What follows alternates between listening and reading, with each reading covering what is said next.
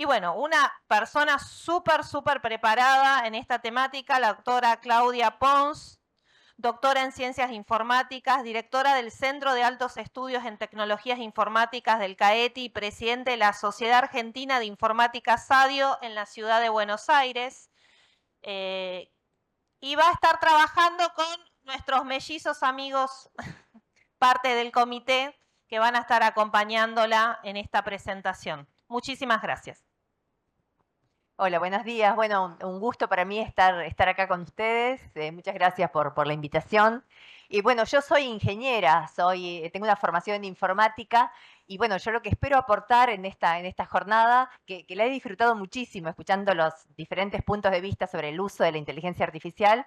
Y bueno, mi aporte tiene que ser desde los que estamos en la cocina de la inteligencia artificial, ¿sí? Los que la fabricamos, los que la producimos, y creo que yo los puedo ayudar también a desmistificar algunas cosas y a entender también dónde están los límites, ¿sí? Porque a veces es como que creemos que la inteligencia artificial es Dios o es el demonio, y bueno, tener así un poco el acceso a saber cómo es por adentro, cómo es la cocina de la inteligencia artificial, nos ayuda a entender mejor esas cosas y poder usarla de manera consciente, responsable y que nos sea útil. Así que bueno, voy a ser breve también para acomodarnos en el tiempo. ¿Alguien va a pasar las diapos? Sí, la siguiente. Bueno, entonces me pidieron que hablara un poco de inteligencia artificial en salud y, y bueno, yo quiero dedicar un momentito para aclarar más qué es la inteligencia artificial. Ya se habló mucho y muy claramente sobre esto, pero yo puedo aportar un par de cositas que creo que pueden sumar. Y en el tema de salud les traje un par de ejemplos de desarrollos que hemos hecho en la Universidad de La Plata, que también como para dar ejemplo del potencial que tenemos y las cosas que nosotros podemos hacer. Bueno, esto es simplemente la definición de inteligencia artificial en salud, es cuando usamos esta herramienta, inteligencia artificial, para lo que tenga que ver con diagnóstico, tratamiento, prevención en el área de salud. ¿Sí? Esto incluye todas herramientas, algoritmos, para todos estos temas que tengan que ver con salud, como ya mencionó Cintia bastante en detalle, y ese tipo de cosas. Siguiente. Así que bueno, en ese sentido les quiero contar muy rápidamente un par de aplicaciones que nacieron desde la universidad. Una es una plataforma para el manejo de genoma. Si ustedes, como gente de la salud, saben que nuestro mapa, nuestro genoma, se puede secuenciar. Son una lista de letras y esas letras se pueden representar en una computadora, y una vez que la computadora tiene ese código, estos algoritmos que nosotros podemos implementar nos permiten encontrar patrones, por ejemplo, para predecir riesgos de enfermedades, para analizar la efectividad de ciertos medicamentos, etc. Y esto, una cosa importante de este desarrollo es la disponibilidad de los datos, ¿sí? Ya también como se mencionó en las charlas anteriores. ¿Sí? No es tanto la complejidad de los algoritmos matemáticos que analizan el genoma, sino haber conseguido miles de millones de genomas analizados por expertos humanos, ¿sí? Porque de nada sirve un dato, ¿sí? Un genoma secuencializado en ceros y unos, si no tiene a un análisis realizado por una persona, por un experto médico, que dé características de ese genoma, ¿sí? Y eso es lo que se puede cargar en la computadora para tener una plataforma como esta que ayude al diagnóstico utilizando el genoma, ¿sí? Siguiente. Y la otra aplicación que les quería contar es más simple desde el punto de vista tecnológico y se apoya también en esta otra cosa que está muy de moda, que es la Internet de las cosas. Sí, es tener diferentes pequeños dispositivos de bajo costo que se pueden tener en casa, que transmiten información a Internet, que puede ser tomado inclusive por un celular, ni siquiera se necesita una computadora muy potente, y estos algoritmos también de inteligencia artificial o software en general, que realizan la tarea de monitoreo. ¿Sí? Esta plataforma puede reemplazar la tarea de muchas personas y focalizar y concentrar toda la información y ya agilizar mucho más el desarrollo. No reemplaza al médico, pero le ayuda mucho en la tarea. ¿Bien? Bueno, estos son dos pequeños ejemplos de desarrollos nacionales, ¿no? Que se pueden hacer con mano de obra nuestra, ¿sí? Hablando de esto de si estas herramientas de inteligencia artificial son inaccesibles, si solamente las podríamos comprar a OpenAI, a Microsoft, a Google, ¿no? O sea, son herramientas que las podemos desarrollar nosotros. Eso por un lado, para mostrarles eso, que talento sobra en Argentina para desarrollar nuestras propias herramientas de inteligencia artificial en el dominio médico o en otros dominios. Bien, otro detalle de estas aplicaciones es que en realidad las dos se transformaron en startups. Hoy son empresas que nuestros estudiantes, luego egresados, llevaron al mercado.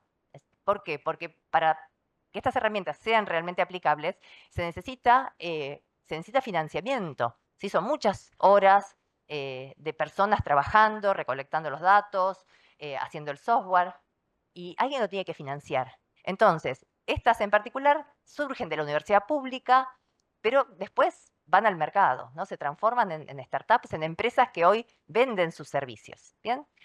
También sería interesante que el sistema público de salud capte este talento y logre financiar estos desarrollos para que sean aplicables en nuestro sistema de salud pública. Así que bueno, eso como un poco también como anécdota de muestra de talento nacional y también esta necesidad de poder financiar estos desarrollos, aprovechar nuestro talento para ponerlo al servicio también de nuestra sociedad de manera gratuita.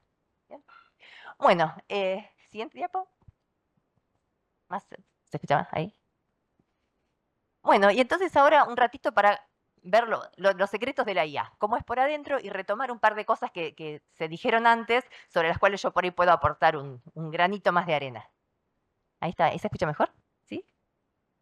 Bueno, entonces, ¿qué es la inteligencia artificial? Medio definido al revés. ¿Qué no es la inteligencia artificial? La inteligencia artificial no tiene conciencia, no son sistemas que saben lo que están haciendo, que piensan lo que están haciendo. Siguiente. Bien, entonces ahí aparece, otra más, aparece esta dicotomía entre lo que es la inteligencia artificial general, que esa es la de las películas de ciencia ficción, que son estos robots o inteligencias artificiales que tienen cualidades humanas como la conciencia, la sensibilidad, la sapiencia, el autoconocimiento. Eso no existe, ¿sí? Esa tecnología no existe, se queda en las películas de las plataformas de streaming. Y por otro lado, tenemos la inteligencia artificial aplicada, que esa es la que está con nosotros, esa es la que estamos usando todo el tiempo.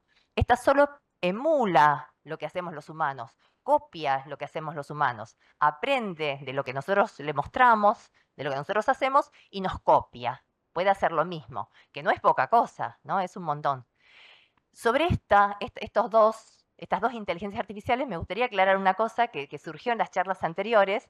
Hoy cuando Silvia preguntaba desde cuándo usamos inteligencia artificial, y mucha gente dice, la usamos desde el año pasado, desde el año anterior. ¿Y por qué? ¿Por qué no se consideraba inteligencia artificial, por ejemplo, el chat GPT, ¿no?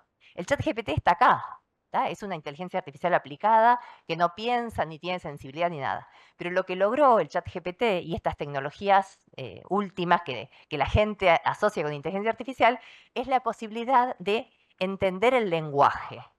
¿Tá? Ese fue el gran salto que hizo la inteligencia artificial en los últimos tiempos. ¿Bien? También, como mencionó Alejandro, Alejandro mencionó a Minsky, ¿no? Minsky es como el papá de la inteligencia artificial, que en los años 60 acuñan el término inteligencia artificial y muchas de las tecnologías que están por debajo en la implementación de la IA en realidad fueron definidas por Minsky y sus compañeros del MIT en los años 60. Así que la inteligencia artificial existe desde aquella época y también como comentó Silvia, la venimos usando, no sin darnos cuenta, la venimos usando desde hace muchísimo tiempo. Pero lo que sí es nuevo, de alguna forma, nuevo como sorprendente para nosotros, es el manejo del lenguaje natural.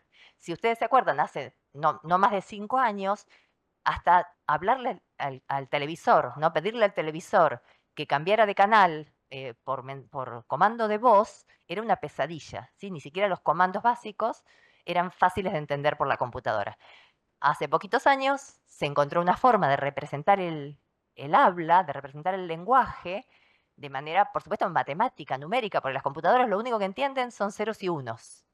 Entonces, bueno, se encontró una forma de representar una frase en lenguaje natural, ya sea en castellano, en chino, en inglés, en lo que sea, de llevar esa frase a una representación de ceros y unos. ¿Sí? Son como espacios vectoriales que logran capturar no solo la sintaxis del lenguaje, sino también aproximar la semántica, ¿no? Que las palabras que son parecidas entre ellas estén más cerca en este espacio vectorial, y de esa manera matemática y carente de sapiencia, autoconocimiento, sensibilidad, etcétera, puramente matemática, las máquinas logran representar nuestro lenguaje y logran aparentar que lo entienden. En realidad no están entendiendo nada, son ceros y unos, pero esta representación vectorial que aproxima las palabras similares y las frases similares, con un buen entrenamiento y con miles de millones de textos, logra dar la sensación de que la máquina entiende lo que nos está diciendo. En realidad no está entendiendo nada, es todo matemática, todo cuentas. Así que bueno, esto para desmistificar. Y otro detallecito, la G, inteligencia artificial general. La general es esta general, que la inteligencia artificial es Dios y es la que no existe. Pero sí la que existe, que lo contó mucho Alejandro, es la generativa. ¿No? La inteligencia artificial generativa, ¿no? que nos genera texto, que nos genera imágenes, es la que surgió en los últimos tiempos y que, insisto, se queda acá abajo. ¿Sí? Es generativa, pero sigue estando dentro del conjunto de la inteligencia artificial aplicada que no, no entiende nada. ¿No? Es una herramienta matemática que hace cuentas, que nos copia, que nos imita y que nos da la sensación de que está entendiendo, pero en realidad no. ¿Bien? Bien. Bueno, ya que dije, como que le di palos a la pobre inteligencia artificial de que no es inteligente, pero en realidad, por su definición, inteligencia artificial es cuando la máquina emula nuestro conocimiento, la máquina se transforma en una especie de humano artificial, también como marcaron en las charlas anteriores, acordarnos de que es un humano artificial. En realidad, como si lo miramos como un humano que aprendió a hacer algo concreto, como podría ser médico, tiene muchas ventajas. ¿Sí? Tiene, que también, como ya mencionamos mucho, tiene una gran capacidad de memoria. ¿No? Entonces, una máquina puede aprenderse todos los libros de medicina y sabérselos de memoria, como un médico recién egresado. Se sabe todos los libros de memoria. Sumado a eso, puede capturar experiencia, ¿no? Si le cargamos también historias clínicas, experiencias, reportes de casos, en milisegundos, una inteligencia artificial la podemos entrenar con un enorme monto de experiencia que un ser humano, un médico recién recibido, para adquirir toda esa experiencia necesitaría muchos años de ejercicio, de práctica de su profesión.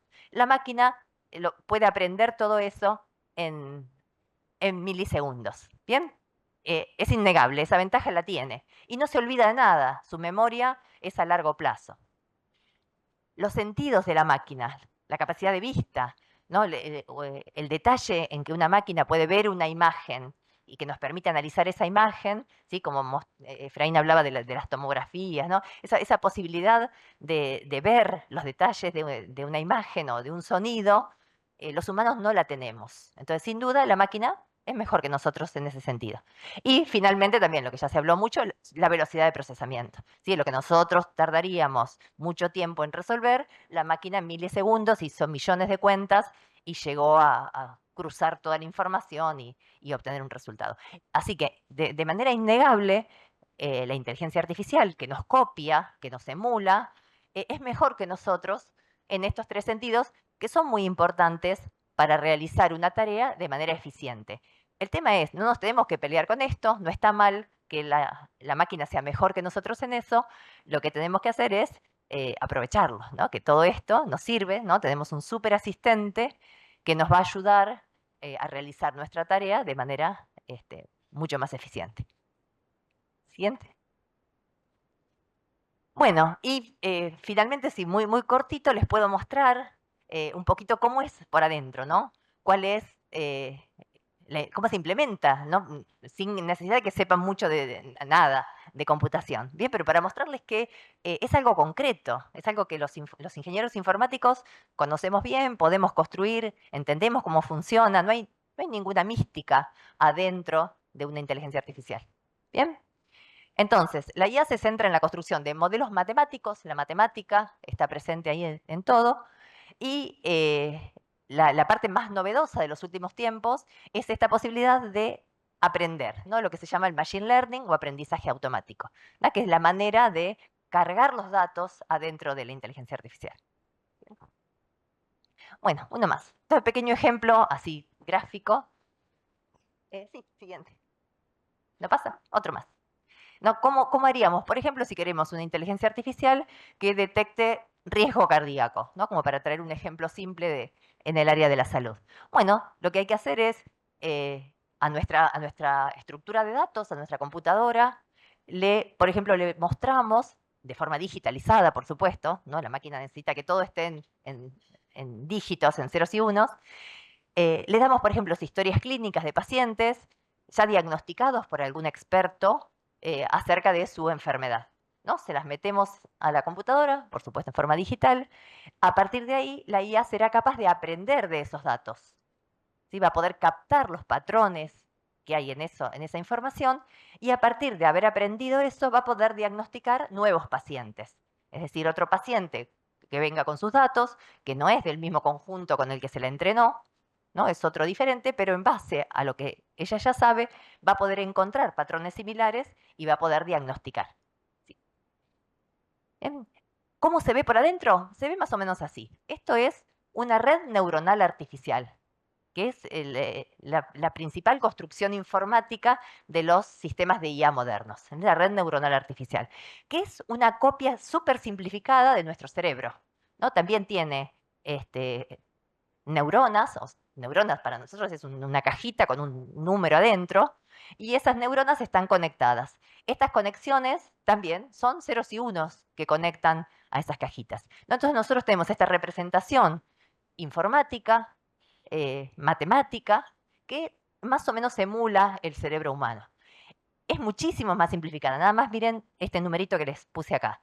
GPT-3, el chat GPT-3, tiene 175 millones de conexiones neuronales, ¿no? GPT-3 es una red así, más otras cosas, ¿no? Pero tiene esa cantidad de conexiones neuronales, ¿bien? Nuestro cerebro tiene cuatrillón de conexiones, o sea, millón de millón de millón de millones de conexiones, ¿no? Nuestro cerebro es mucho más complejo que el chat GPT. Nosotros diríamos, bueno, eso es hoy, en realidad este dato es del GPT-3, ya está el 4 y hay más.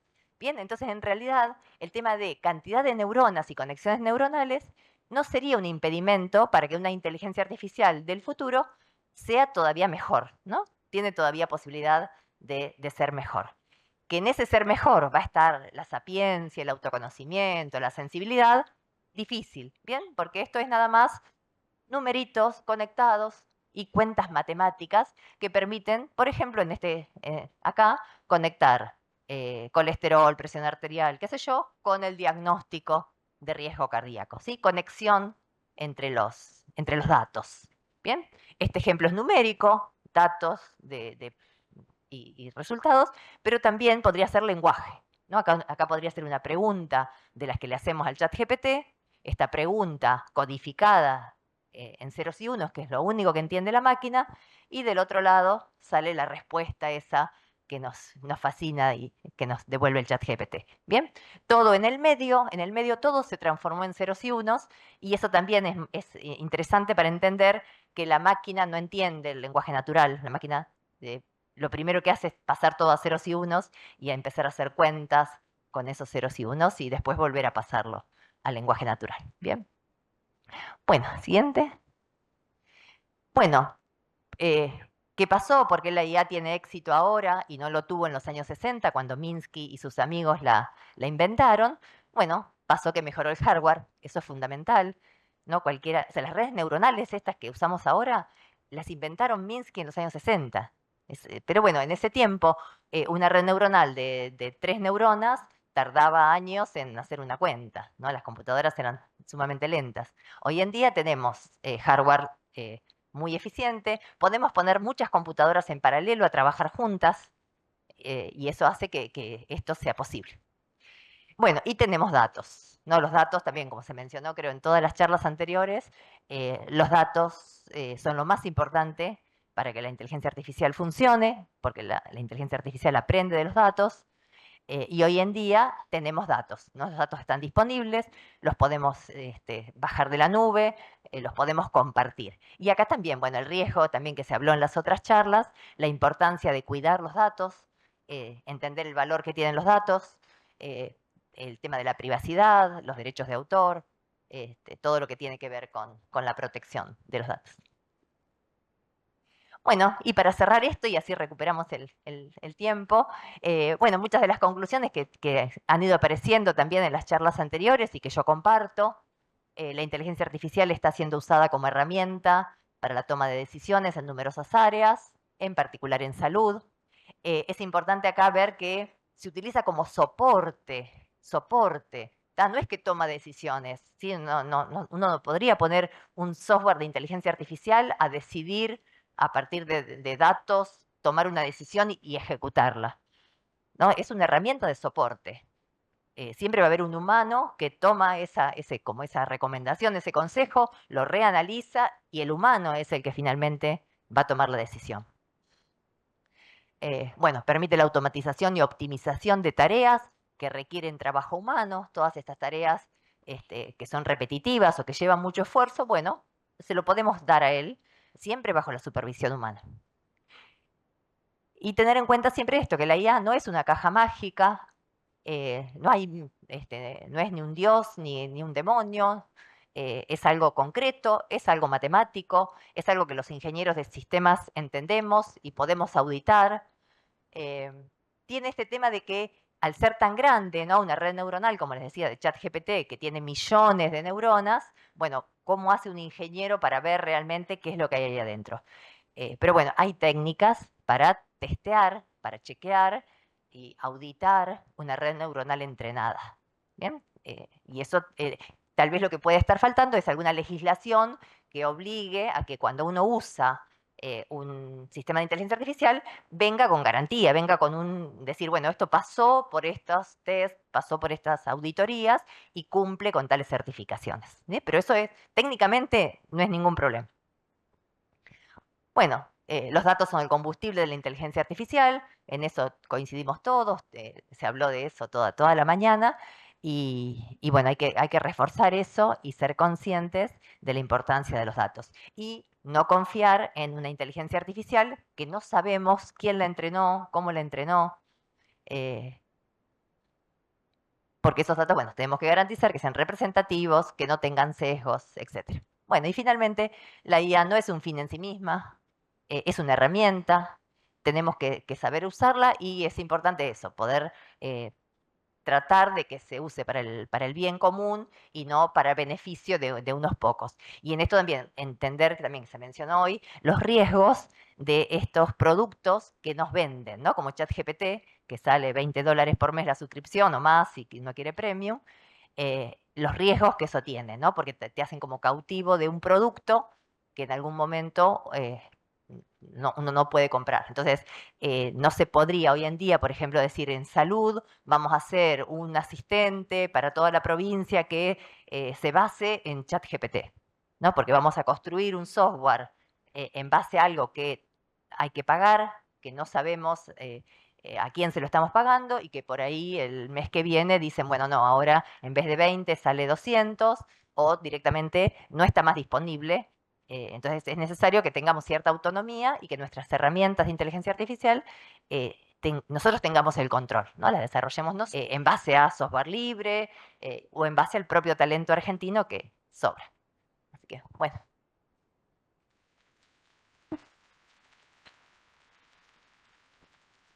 Muchas gracias, Claudia, doctora Claudia Pons, doctora en Ciencias Informática, directora del Centro de Altos Estudios en Tecnología Informática CAETI, presidente de la Sociedad Argentina de Informática SADIO de la Ciudad de Buenos Aires.